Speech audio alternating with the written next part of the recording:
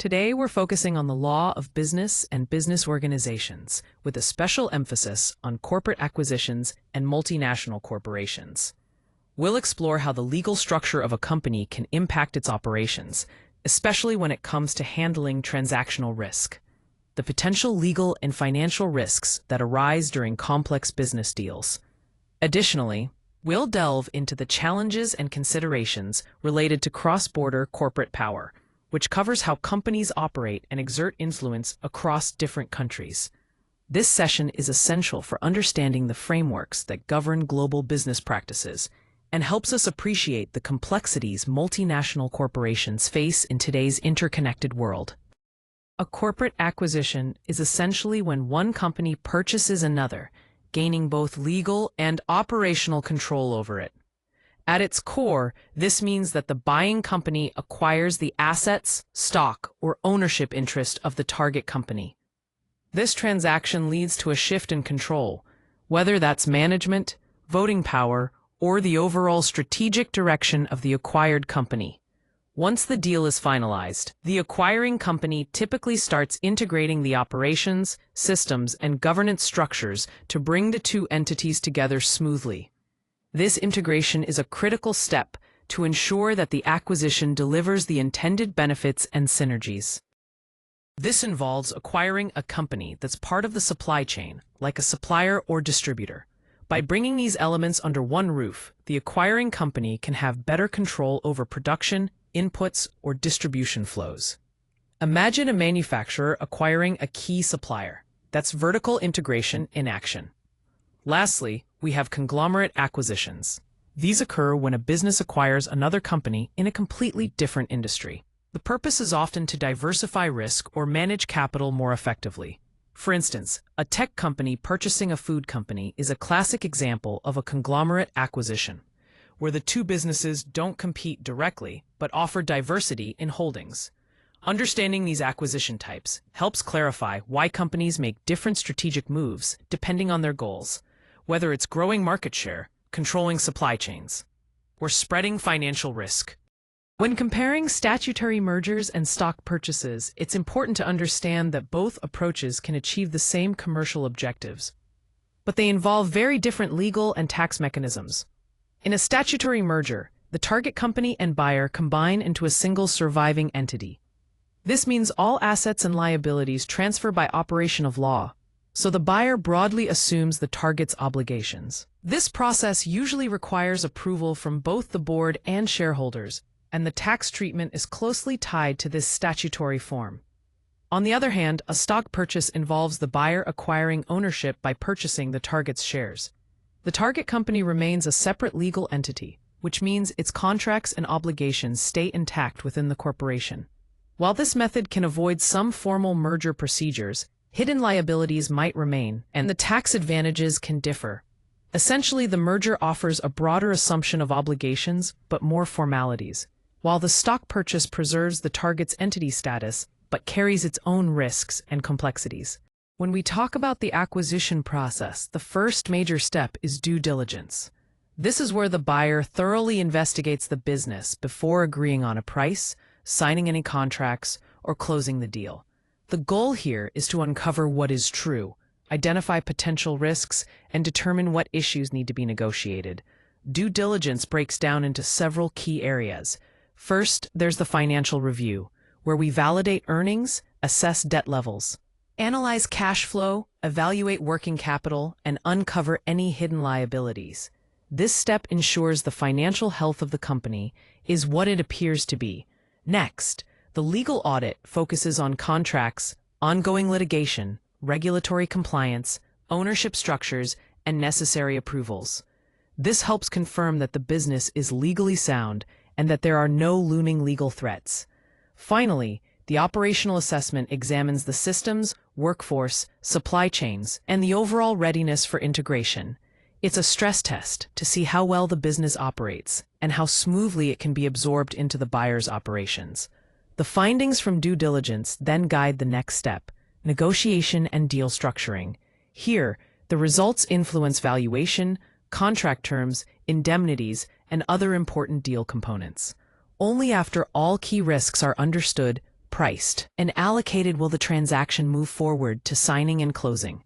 Essentially, discovering and managing risks drives the entire acquisition process. Understanding this sequence helps ensure a well-informed and successful business acquisition. When we talk about deal terms and focus, we're really zeroing in on the critical elements that shape the negotiation and structure of any transaction. First, the purchase price is fundamental. It's not just a number, but involves valuation considerations, possible earnouts tied to future performance, and price adjustments that protect both parties. Then come the payment terms, which can vary widely from straightforward cash payments to stock swaps or deferred consideration, depending on what suits both sides best. Representations and warranties are next, and these are crucial because they allocate risk and ensure full disclosure of important information. Finally, closing conditions set the stage for completion, including necessary approvals, consents, and assurances that no material adverse changes have occurred. Each of these aspects plays a significant role at the bargaining table, balancing economic outcomes with legal exposures. Now let's look at some key terms in deal documentation, specifically within purchase agreements. These agreements are crucial because they allocate risk between the parties, define disclosure responsibilities, and set the conditions under which a buyer must complete the transaction or has the option to walk away. First, we have representations and warranties, which are statements of fact made by the seller about the business or asset being sold. These provide assurance to the buyer and help manage risk. Then there's indemnification, a clause that protects one party by requiring the other to cover certain losses or damages that might arise after closing. Next is the Material Adverse Change Clause, often abbreviated as MAC. This allows the buyer to back out of the deal if there are significant negative changes affecting the target company before closing.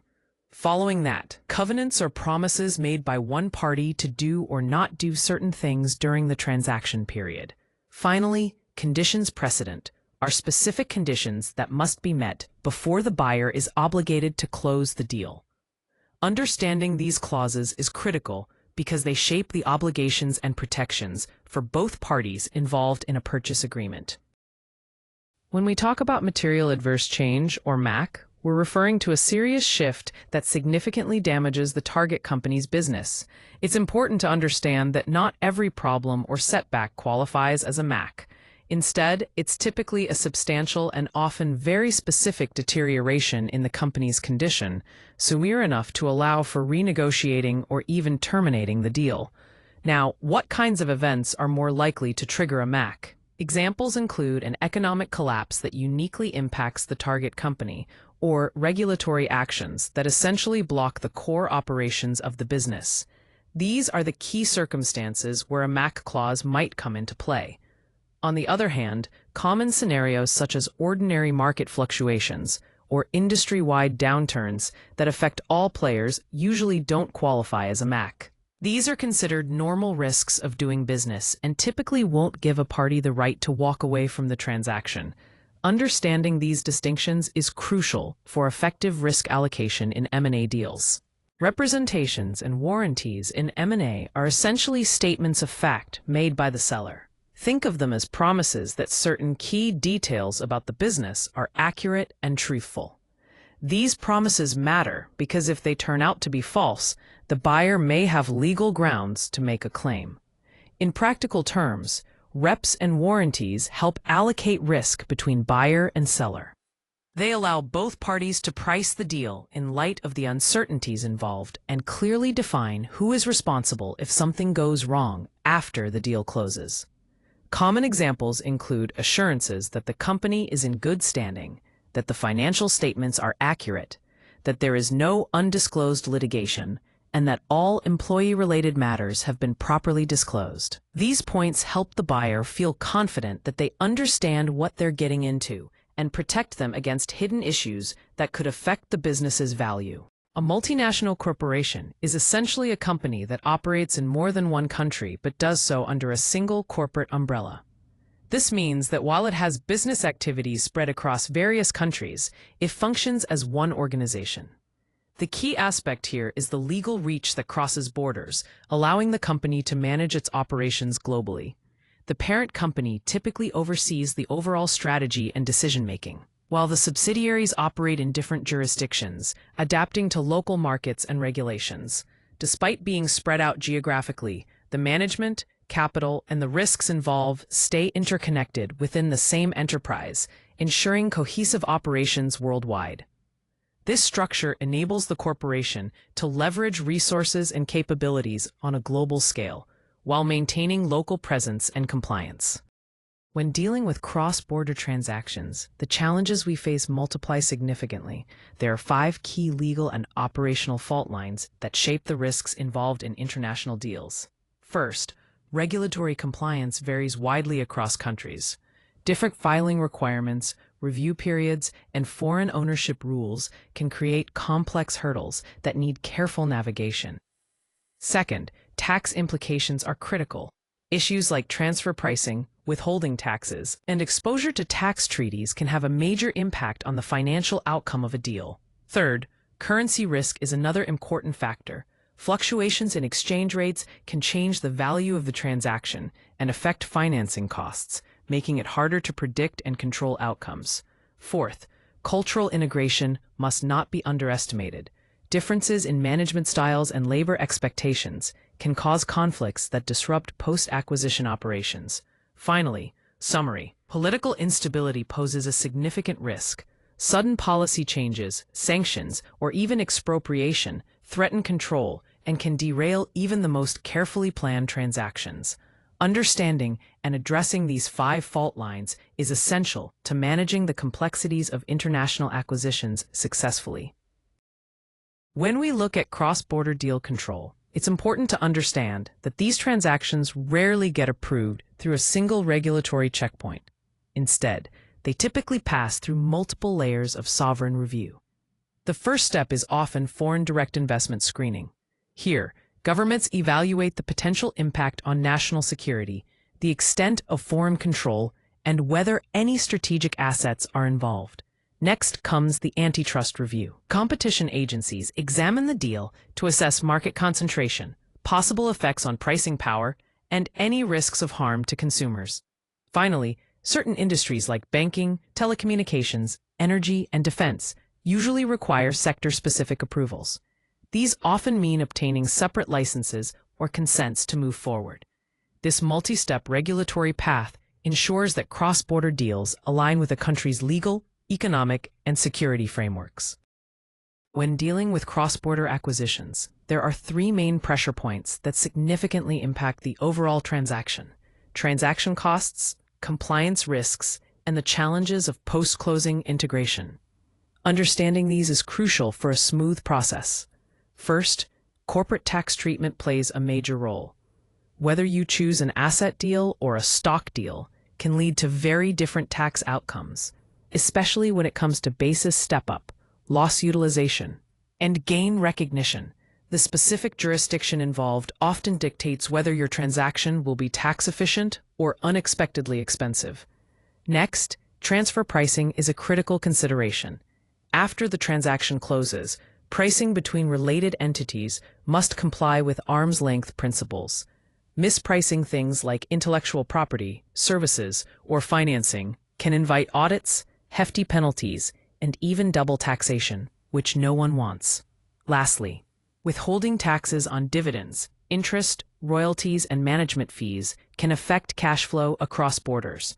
Factors like tax treaties, the residency status of involved entities, and the choice of corporate structure often determine how efficiently money can move internationally. Keeping these key tax considerations in mind helps manage risks and optimize the financial outcomes of international acquisitions. Now, focusing on antitrust and competition law, there are several critical factors regulators consider when reviewing acquisitions. First, the key question is whether the deal would substantially reduce competition in the market. If competition decreases significantly, it can harm consumers by limiting choices or driving up prices. One major concern is market concentration. When a merger causes a few companies to dominate the market, potentially reaching an unlawful level of concentration, regulators may step in. This dominance can restrict competitive dynamics and create an environment where one or two players hold too much power. Another important aspect is the presence of barriers to entry. If these barriers are high, it becomes challenging for new competitors to enter the market in the future, which means the reduced competition caused by the acquisition could persist for a long time. This lack of future competition is a significant red flag. Lastly, the deal might eliminate a significant competitor. Removing a key player from the market can lead to less competitive pressure, which may result in higher prices or reduced innovation.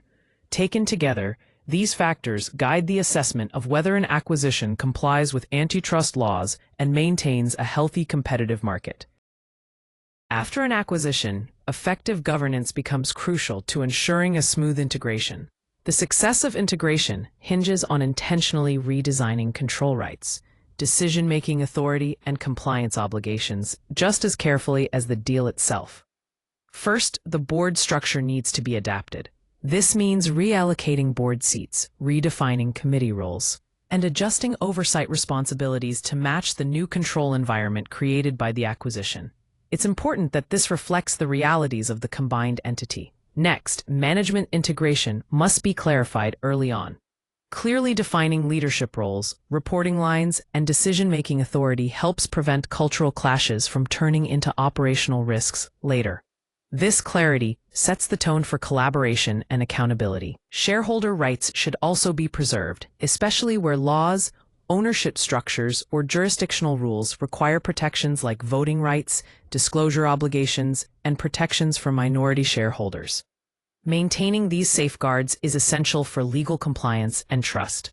Finally, compliance frameworks should be unified, bringing together controls, ethics policies, and cross-border procedures into a cohesive, enforceable governance system ensures the company operates smoothly and ethically across all regions. At its core, governance functions as the operating system of the acquired enterprise, providing the structure that guides all business actions and decisions throughout the post-acquisition phase. This deliberate redesign is key to turning the acquisition into a successful, long-term venture. This case study highlights the critical consequences of weak due diligence in a major strategic deal. In the HP and Autonomy acquisition, a key oversight was the financial review, which failed to identify aggressive revenue recognition practices. This oversight led to an inflated valuation that did not reflect the true state of the company. As a result, significant liabilities only became apparent after the deal closed, ultimately forcing HP to take an $8.8 billion write-down. Beyond the financial issues, there were also serious challenges with leadership and cultural integration, which compounded the problems and hindered the post-merger success. This example underscores a crucial lesson. Hidden risks often only come to light after closing, when it's too late to adjust leverage or terms. Ensuring thorough due diligence is essential to avoid inheriting major problems down the line. When structuring transactions for tax efficiency, the key trade-off to understand is between basis and baggage. Looking at approach 1, the asset purchase, the buyer benefits by receiving a stepped-up tax basis in the acquired assets. This can result in significant tax advantages down the road. Additionally, the buyer can choose which liabilities to assume, providing some control over potential risks.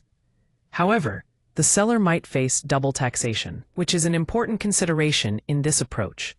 On the other hand, approach 2 involves a stock purchase, where the target entity remains intact.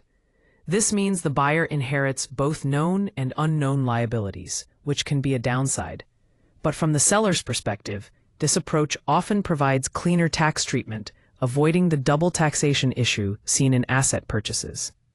Overall, the choice between these approaches depends on balancing tax benefits with potential risks, and it's crucial to assess both the buyer's and seller's positions carefully. As we focus on the transaction completion phase, it's essential to understand the key steps involved in closing day mechanics. First, there is the execution stage, where all signature pages, officer certificates, and related ancillary documents are formally delivered. This step ensures that all parties have acknowledged and agreed to the terms. Next, the funding process takes place. This is when the purchase price is transferred, any outstanding debts are paid off, and escrow deposits are wired as arranged. It's a critical financial step that moves the deal from agreement to actual transfer. Following that, we update the necessary records. This includes revising books, stock ledgers, regulatory filings, and governance documents to reflect the new ownership and management structure. These updates are vital to maintain legal and operational accuracy. Now, importantly, the deal doesn't end at closing. There are post-closing obligations that often extend the responsibilities of the parties involved. Representations made during the deal can survive for a negotiated period, meaning certain guarantees remain enforceable. Additionally, indemnification provisions protect buyers by allowing them to seek recourse for losses related to breaches or specific claims arising after closing. Escrow funds are held back to cover potential adjustments or recoveries in this post-closing period. Finally, earn-outs may come into play, where contingent payments are made based on the company hitting agreed performance milestones after closing. This aligns incentives and can be a way to bridge valuation gaps. Altogether, these closing day mechanics and post-closing obligations ensure a smooth transition and safeguard both parties beyond the transaction date itself. When we look at the future trends in M&A law, it's clear that deal-making is evolving beyond just price considerations. Now, factors like policy, data management, labor, and governance play a crucial role in shaping transactions. First, ESG structuring is becoming central. We're seeing environmental, social, and governance terms shift from being mere talking points to concrete, enforceable elements within deals. This means covenants, disclosures, and integration plans are increasingly focused on managing climate risks, securing supply chains, and addressing social governance issues. Next, data privacy has become a critical regulatory checkpoint. Buyers are now conducting extensive due diligence on cybersecurity measures, data transfer protocols, consent management, and sector-specific privacy laws. This scrutiny ensures compliance and minimizes risk in an era where data protection is paramount. Private equity is also changing. Instead of broad acquisitions, PE firms are targeting more operational, industry-specific platform deals. These investments involve longer holding periods, enhanced control rights, and more complex governance structures to better align with strategic goals. Finally, the rise of remote work is transforming employment law within M&A. Integration efforts must carefully navigate diverse state regulations related to employee classification, wages, benefits, monitoring practices, and workplace policies, reflecting the realities of a distributed workforce. All these trends point to a more holistic, policy-driven approach to mergers and acquisitions moving forward. To wrap up, let's focus on the 5 key principles that are essential in acquisition law and multinational deal-making. First, due diligence is absolutely critical. It's the foundation for making informed decisions and managing risks effectively. Second, the structure of the deal directly impacts tax consequences and liabilities, so it must be carefully designed. Third, regulatory compliance isn't optional. It's a must to ensure the deal can proceed smoothly and legally across different jurisdictions. Fourth, having clear, well-defined contractual terms protects everyone involved by setting expectations and responsibilities upfront. And finally, integration planning should start well before the deal closes to ensure a seamless transition and maximized value. Keeping these principles front and center will help guide successful acquisitions in complex international contexts.